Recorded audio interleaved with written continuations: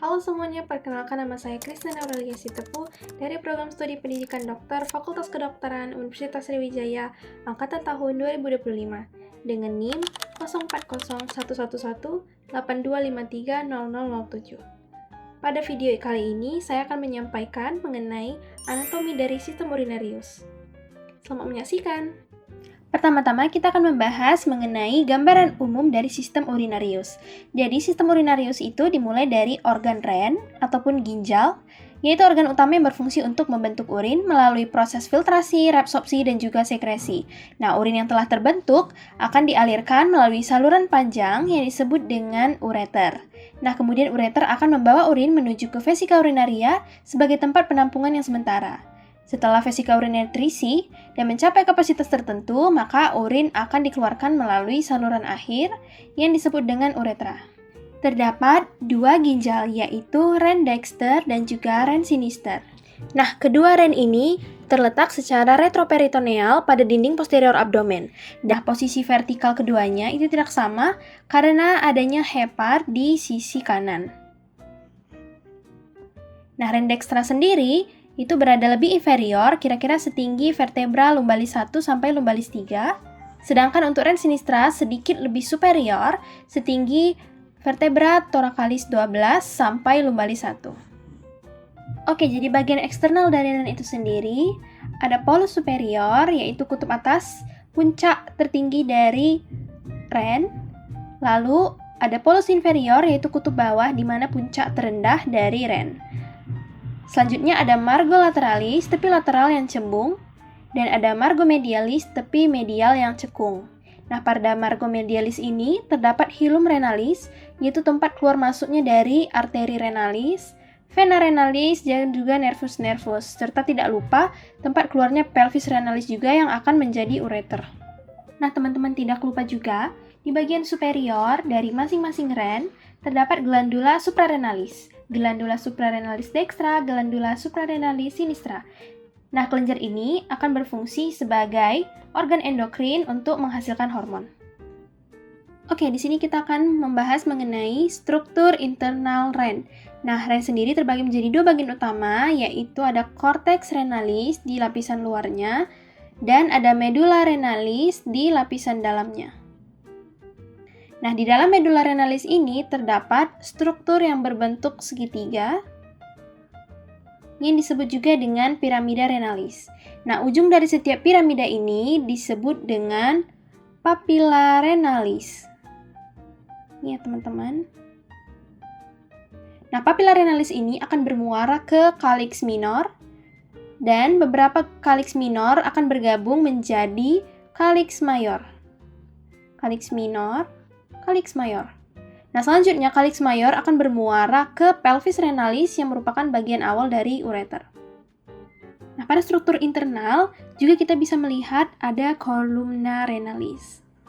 Columna renalis ini adalah perluasan dari jaringan cortex renalis yang masuk ke dalam bagian medulla renalis di antara piramida-piramida renalis.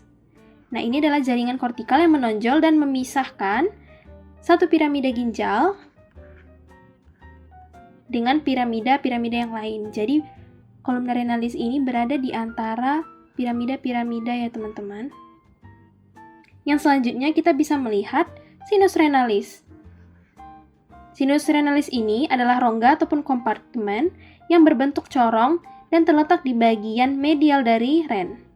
Nah, rongga ini menjorok ke dalam ginjal dari hilum ataupun pintu masuk dan keluarnya dari ren. Pada sinus renalis ini berisi lemak, sistem pengumpul urin seperti calyx dan juga pelvis renalis, juga pembuluh darah renalis dan pembuluh limfatik. Oke, sekarang kita akan membahas mengenai vaskularisasi dari ren. Suplai darah ren berasal dari aorta abdominalis yang akan bercabang menjadi arteri renalis dextra dan juga arteri renalis sinistra. Oke teman-teman, jadi cabang pertama dari arteri renalis itu adalah arteri segmentalis. Arteri segmentalis ini masuk melalui hilum renalis dan membagi ginjal menjadi beberapa segmen vaskular. Cabang dari arteria segmentalis ini adalah arteria interlobaris. Arteria interlobaris ini berjalan di antara piramida renalis, letaknya di kolumna renalis. Nah, arah alirannya ini berjalan dari hilum menuju ke batas antara korteks dan juga medula. Cabang dari arteri interlobaris ini adalah arteri arcuata. Arteri arcuata ini terletak di batas korteks renalis dan juga medula renalis. Bentuknya melengkung karena mengikuti dasar dari piramida renalis. Cabang dari arteri arcuata ini adalah arteria interlobularis. Nah, arteri interlobularis ini berjalan ke arah korteks renalis secara radial. Nah, dari arteri interlobularis ini nantilah akan bercabang menjadi arteriola aferen menuju ke glomerulus. Oke, kalau untuk alur vena ataupun darah yang keluar dari ginjal sendiri, setelah melewati kapiler, akan berjalan melalui vena interlobularis ataupun vena interlobularis, lalu ke percabangan arteri arcuata, lalu ke vena interlobularis, lalu dari vena interlobularis bergabung membentuk vena renalis. Ini maksudnya vena renalis ya teman-teman. Dari vena renalis akan bermuara ke vena cava inferior. Oke, jadi selanjutnya adalah organ ureter. Nah, ureter merupakan saluran muskular yang membawa urin dari pelvis renalis menuju ke vesika urinaria dengan gerakan peristaltik. Nah, ureter ini sendiri terbagi menjadi dua pars ya teman-teman. Ada pars abdominalis dan juga pars pelvica. Nah, pars abdominalis ini sendiri yaitu dari bagian atas di rongga perut, dari pelvis renalis hingga ke persilangan pembuluh darah iliaka. Nah, untuk ureter pars pelvica yaitu di bagian bawah rongga panggul, dari persilangan vasa iliaka hingga masuk ke vesika urinaria. Secara klinis terdapat 3 penyempitan fisiologis pada ureter. Yang pertama yaitu di area kutub inferior ginjal saat peralihan dari pelvis renalis menuju ke ureter. Yang kedua yaitu pada saat melintasi arteri iliaka communis di persimpangan vasa iliaka. Nah, lalu penyempitan yang ketiga yaitu saat memasuki vesika urinaria, ketika menembus dinding vesika urinaria. Nah, ketiga lokasi inilah tempat sering terjadinya nefroliatisis ataupun yang disebut juga dengan batu ginjal. Oke teman-teman, selanjutnya kita akan membahas mengenai organ vesika urinaria ataupun kandung kemih. Nah, vesika urinaria ini adalah organ muskular berongga yang berfungsi sebagai tempat penyimpanan urin sementara sebelum dikeluarkan melalui uretra. Seperti yang bisa kita lihat, vesika urinaria ini terletak di cavum pelvis minor. Nah, pada laki-laki, vesika urinaria ini berada anterior terhadap rektum dan superior terhadap glandula prostata. Sedangkan pada pelvis wanita, vesika urinaria terlihat anterior terhadap vagina dan inferior terhadap uterus. Secara anatomi, vesika urinaria dibagi menjadi bagian apex vesika, bagian anterior yang mengarah ke dinding abdomen. Lalu ada corpus vesika, yang merupakan bagian utama ataupun badan vesika. Lalu yang selanjutnya adalah fundus vesika,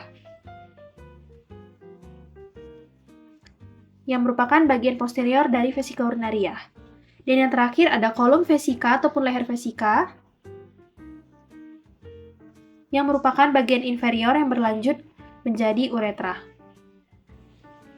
Ini bagian apex vesika, ini bagian corpus vesika. Lalu pada vesika urinaria ada juga struktur yang disebut trigonum vesika. Ini merupakan trigonum vesika, area yang berbentuk segitiga di bagian posterior inferior dari vesika urinaria. Trigonum vesika dibatasi oleh 2 ostium uretris dan 1 ostium uretra internum. Nah, berbeda dengan yang lain, trigonum tidak memiliki ruge dan permukaannya lebih halus. Pada struktur internal, permukaan dalam vesika urinaria dilapisi oleh mukosa dengan lipatan-lipatan yang disebut juga dengan ruge vesicales. Nah, ruge ini terlihat jelas saat vesika kosong dan menghilang saat vesika terisi penuh oleh urin. Dinding vesika urinaria terdiri dari 3 lapisan. Yang pertama, yaitu ada tunika mukosa. Lalu, di lapisan lebih luar ada tunika muscularis. Tunika muscularis ini ialah musculus detrusor vesica, otot polos yang berperan dalam kontraksi. Lalu, lapisan yang terakhir yang paling luar adalah tunika adventitia ataupun serosa. Nah, kita sampai kepada organ uretra. Uretra adalah saluran akhir dari sistem urinarius yang berfungsi untuk mengalirkan urin dari vesika urinaria ke luar tubuh. Nah, pada pria, uretra ini juga berfungsi sebagai saluran reproduksi. Pertama-tama, kita akan membahas terlebih dahulu mengenai uretra maskulina ataupun uretra pada pria. Uretra maskulina lebih panjang daripada uretra pada wanita.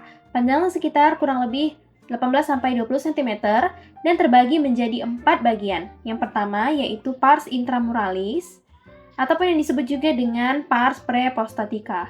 Nah, pars ini tuh bagian paling proksimal tepat setelah kolum vesicae. Yang selanjutnya ada pars prostatica. Pada pars prostatica ini melewati glandula prostata dan merupakan bagian terlebar dari uretra maskulina. Yang selanjutnya ada pars membranacea. Ini adalah bagian terpendek dan juga tersempit, di mana pars membranacea ini dikelilingi oleh musculus sphincter uretra externus. Yang selanjutnya ada pars spongiosa. Berjalan di dalam corpus spongiosum penis dan akan berakhir di ostium uretra externum pada glans penis. Pada uretra maskulina, terdapat 2 ostium, yaitu ostium uretra internum di vesika urinaria dan juga terdapat ostium uretra externum di ujung glans penis. Pada pars intramuralis ataupun pada pars preprostatica, panjangnya sekitar 1 cm, pada pars prostatica panjangnya sekitar 3,5 cm, pars membranacea panjang sekitar 1-2 cm, pada pars spongiosa, panjangnya sekitar 15 cm. Uretra maskulina memiliki 3 area penyempitan, yaitu pada ostium uretra internum, lalu pada pars membranacea, dan yang terakhir ada pada ostium uretra externum. Nah, pada gambar ini terlihat uretra feminina. Uretra feminina pada gambar pelvis wanita. Ini merupakan vesika urinarianya, dan ini adalah uretranya. Ini adalah ostium uretra internum, dan ini adalah ostium uretra externum, di mana uretra feminina dimulai dari ostium uretra internum, berjalan anterior terhadap vagina, dan berakhir di ostium uretra externum di vestibulum vagina. Panjangnya sekitar 3-5 cm. Demikian informasi yang dapat saya sampaikan pada video kali ini. Semoga bermanfaat dan sampai jumpa di kesempatan selanjutnya.